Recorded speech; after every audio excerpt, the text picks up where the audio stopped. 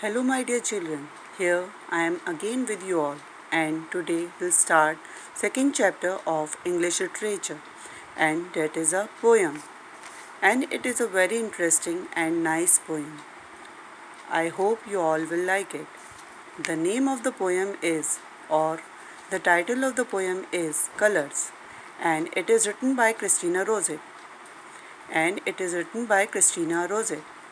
So first I'll read out the poem before you and I'll explain you the poem as well, or I'll give you a little summary about a poem. So let's start with poem. The title of the poem is Colors and it is composed by Christina Rossetti. What is pink? A rose is pink by the fountain's brink. Now meaning of brink is the margin of land bordering of water body. What is red? A poppy is red in its barley bread. Now what is the meaning of poppy? This is the name of a plant. What is blue? The sky is blue where the clouds float through. What is white? A swan is white sailing in the light. What is green? The grass is green with small flowers between. What is violet? Clouds are violet in the summer twilight. Meaning of twilight is time between sunset and dusk. What is orange? Why an orange? Just an orange. Now I'll give you the summary. It is a very easy poem and it is written in a very easy language. So I hope you all will like it. Firstly, I am going to tell you something about the poet, that is Christina Rossetti. She was born on 5th December 1830.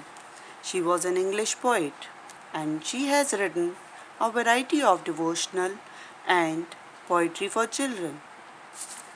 Now come to the poem. The poem was written by Christina Rossetti and the name of it is Colors. It is basically about colors but on a deeper level, showing us the positive side of it. This is a color poem that captures the beauty. This poem captures the beauty in the natural world. That means the poet is trying to tell us about the natural beauty of the world due to the colors. In starting lines, the poet uses the words pink and red. These colors have a connection with flowers. Now here the poet is trying to show the connection with flowers, which the poet refers to as the rose and poppy. Again children, poppy is the name of a plant. Now what does the poet mean this line by in its barley bed? It means a bed or crop of barley with red poppy flowers growing among them. Now in next lines, the poet used the word blue, which is rather gloomy. It is more inspirational as the poet represents these colors with beautiful life, such as the clouds and swan, which refers to reaching for dreams and sailing into a world that is represented by the sky and sailing. Now this is the connection between our dreams, where the poet trying to say that this is a connection between the sky and sailing. Once more, there is a beauty to be had written within the description, while green is a cool color. The expressions with flowers between. The grass is interspersed with flowers in the garden. This means that poet has chased the colors, styles to find similarity among the elements. These lines, what is violet?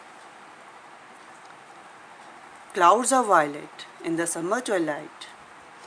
Here poet. Now what is violet? Violet is a color is a purple color. Here poet has chosen to use clouds. Now here violet color is used for clouds. Poet is used violet color for clouds. The more obvious choice would have been the flower violet. In the last lines, poet describes about the contrasting color. To offset this extending similarity is orange. For this color, poet offers as orange as an item. However, poet could have found elaborate on that positively reflects an orange like its scent or taste. Now in last, the poet concludes the poem by providing a detailed color account to express that we must look for good in things and think deeper to see past the trial. Only then we will reveal something's true beauty and possibility. I'll repeat last lines again. We must look for good in things and think deeper to see past the trial. Only then will we reveal something's true beauty and possibility.